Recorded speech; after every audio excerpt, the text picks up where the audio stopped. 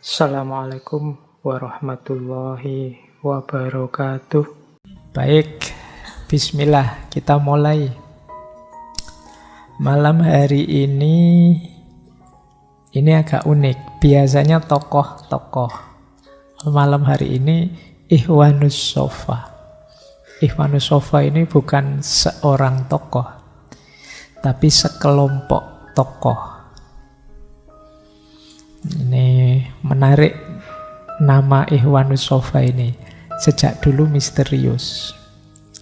Karena memang isinya sekelompok filosof, sekelompok tokoh yang menyembunyikan diri dengan berbagai alasan. Kita lihat ya, siapa mereka ini. Yang pertama dari aspek namanya. Nama Ikhwanus Shafa itu makna letter luck-nya Ikhwan itu ya persaudaraan, Shafa itu suci. Lengkapnya Ikhwanus Shafa wa khullanul wafa wa ahlul hamdi wa abna al majdi.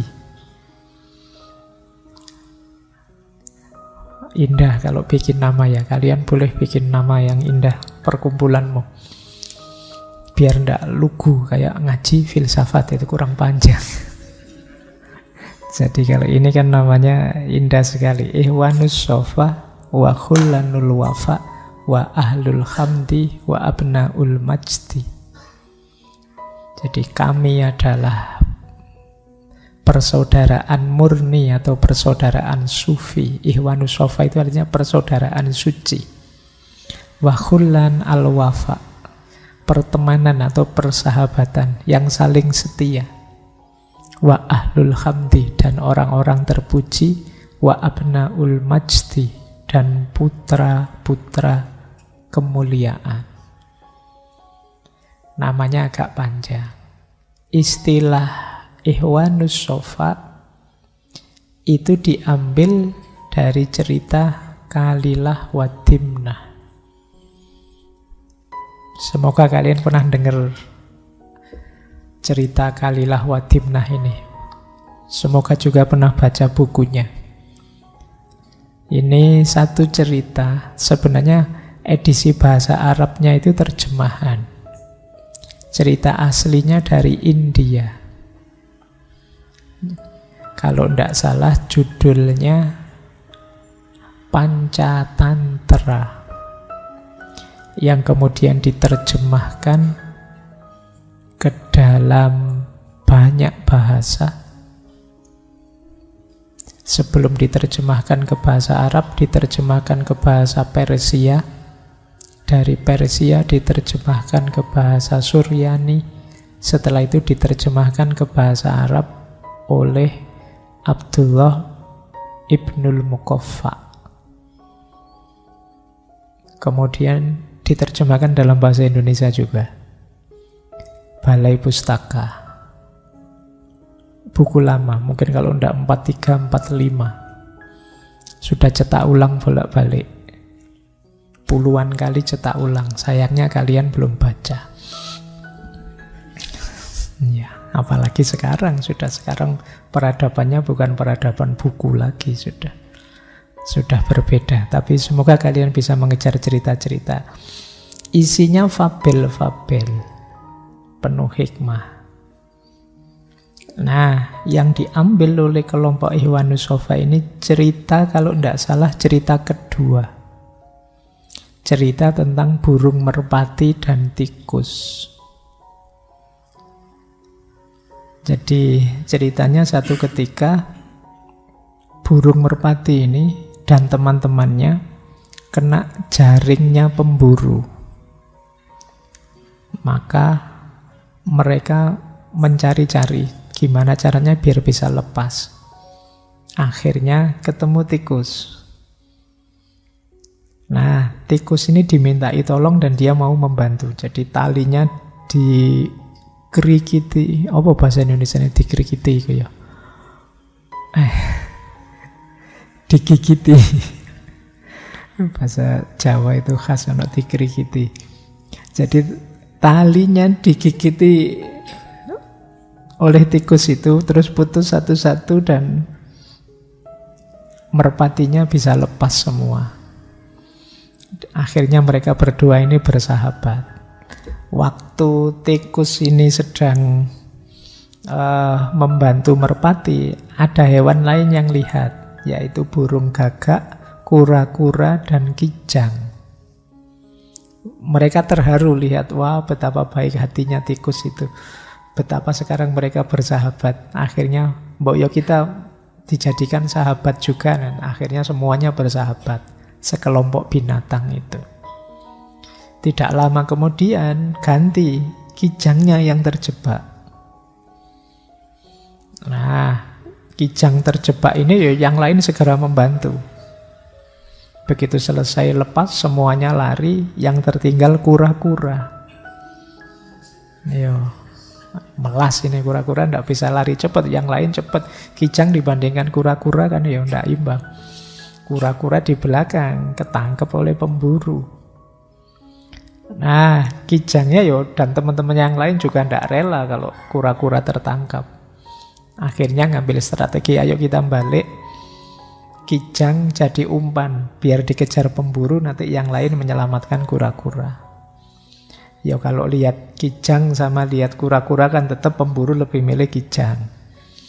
Ya, masuk memburu kura-kura kan tidak keren. Jadi akhirnya dijebak oleh kijang, lari, terus selamatlah semuanya. Nah, kesetiakawanan mereka inilah nanti yang dikenal dengan nama Ikhwanus Sofa. Persaudaraan yang murni. Saling membantu, saling rela berkorban. Nama ini kemudian diambil oleh sekelompok filosof tadi. Itu kalimat mereka di kitabnya Rosail Ikhwanus Sofa. Jadi kata mereka begini, dalam persaudaraan ini diri dilupakan. Semua saling membantu. Semua bergantung pada bantuan dan nasihat masing-masing. Dan jika salah satu saudara melihat bahwa akan baik bagi yang lain jika ia mengorbankan nyawa untuknya, ia dengan rela memberikannya. Jadi itulah Ikhwanus Sofa, saling membantu, saling melindungi, bahkan siap berkorban nyawa. Semoga kalian punya sahabat-sahabat yang seperti ini. Kalau tidak ada ya cari. Atau cara berpikirnya dibalik. Jadilah kalian sahabat sekualitas ini, sehingga temanmu bahagia. Nah, cuma mungkin kalau hari ini ndak akan minta bantuan aneh-aneh, ndak mungkin lah sampai mengorbankan nyawa ya. Kalau persahabatan paling utang. Ya ndak apa-apa lah, masuk nyawa dikorbankan, utang saja ndak. Baik, nah ini dari sisi namanya. Dari sisi keberadaannya memang Ikhwanus Sofa ini kelompok yang misterius. Jadi sampai hari ini masih belum definitif jumlahnya mereka itu berapa. Siapa saja mereka itu. Bahkan orang-orang kelompok Ikhwanus Sofa ini menganggap diri mereka seperti Ashabul Kahfi. Jadi bersembunyi di dalam gua. Mereka para intelek, para ulama, orang pintar yang bersembunyi di dalam gua. Karena menghadapi situasi saat itu yang tidak kondusif. Mereka ini hidup di era Abbasiyah. Pusatnya ada yang bilang di Basroh, ada yang bilang di Baghdad. Tapi ada tesis bahwa mereka ini sebenarnya di mana-mana ada, termasuk sampai Suriah. Nah, ada dua pendapat kenapa mereka ini menyembunyikan diri. Yang pertama karena mereka tidak mau riak. Jadi tidak mau pamer. Mereka hanya ingin berkontribusi saja. Termasuk ingin agar lebih ikhlas menyumbangkan pikirannya. Itu pandangan pertama. Pandangan kedua, memang situasi saat itu agak kurang kondusif. Jadi Abbasiyah pasca kasus Mihnah itu kan mulai agak keras terhadap pikiran-pikiran tertentu. Nah, diasumsikan gagasan-gagasannya kelompok Ikhwanus Shafa ini banyak yang tidak populer, khawatir kontroversial, dan itu nanti membahayakan mereka sendiri. Bahkan nanti di salah satu khalifah Abbasiyah ada yang memfatwa mereka sesat, terus bukunya dibakar semua. Meskipun bukunya sudah terlanjur tersebar kemana-mana, yang Rosail Ikhwanus Shafa itu. Jadi memang secara politik situasinya kurang menggembirakan untuk gagasan-gagasan mereka. Mereka ini sering disebut kelompok batini. Karena cara berpikirnya agak esoteris, sangat kental sekali bau sufistiknya. Nah, ada beberapa perspektif tentang siapa mereka. Ini saya cerita dulu tentang kelompok ini ya, karena sampai hari ini ya memang masih misterius. Ada yang bilang mereka ini Ismailiyah, Syiah. Dari sebenarnya sebagian besar gagasannya gagasan esoterisme khas Syiah. Ada yang membantah itu, enggak. Ini dari beberapa indikasi sebenarnya ini Sunni, tapi Sufi. Nah, kalau yang bilang tadi Syiah misalnya, di situ saya tulis Ian Richard Netton dan kawan-kawan. Kalau yang bilang Sunni, Sufi itu ya Goldziher dan kawan-kawan, ini para orientalis. Kenapa kok bukan Syiah? Kata Goldziher dan kawan-kawan, di dalamnya ada beberapa hadis yang diriwayatkan oleh Aisyah.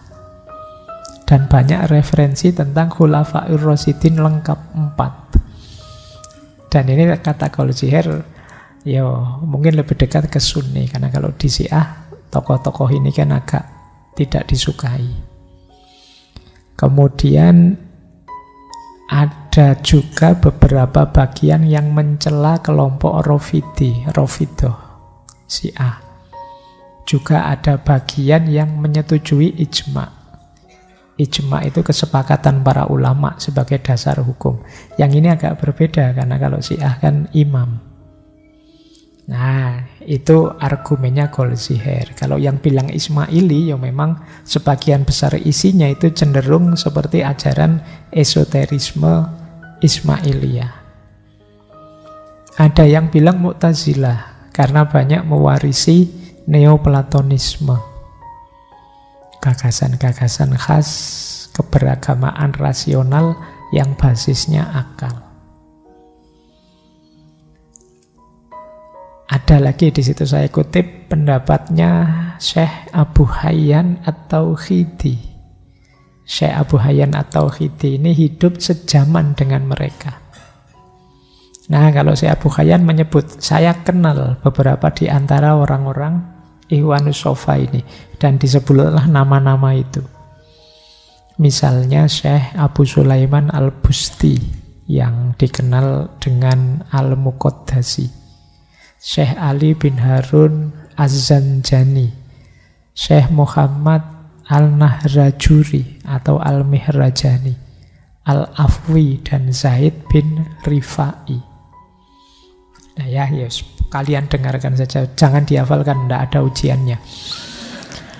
Pokoknya kalian paham saja. Kalau nanti kapan-kapan butuh referensi, mungkin mau melacak pastinya mereka siapa, monggo. Jumlahnya tidak diketahui berapa, tapi gagasan-gagasannya tersebar. Nah, itu uniknya kelompok Ikhwanus Shafa ini. Oke, untuk malam hari ini saya cukupkan sekian dulu.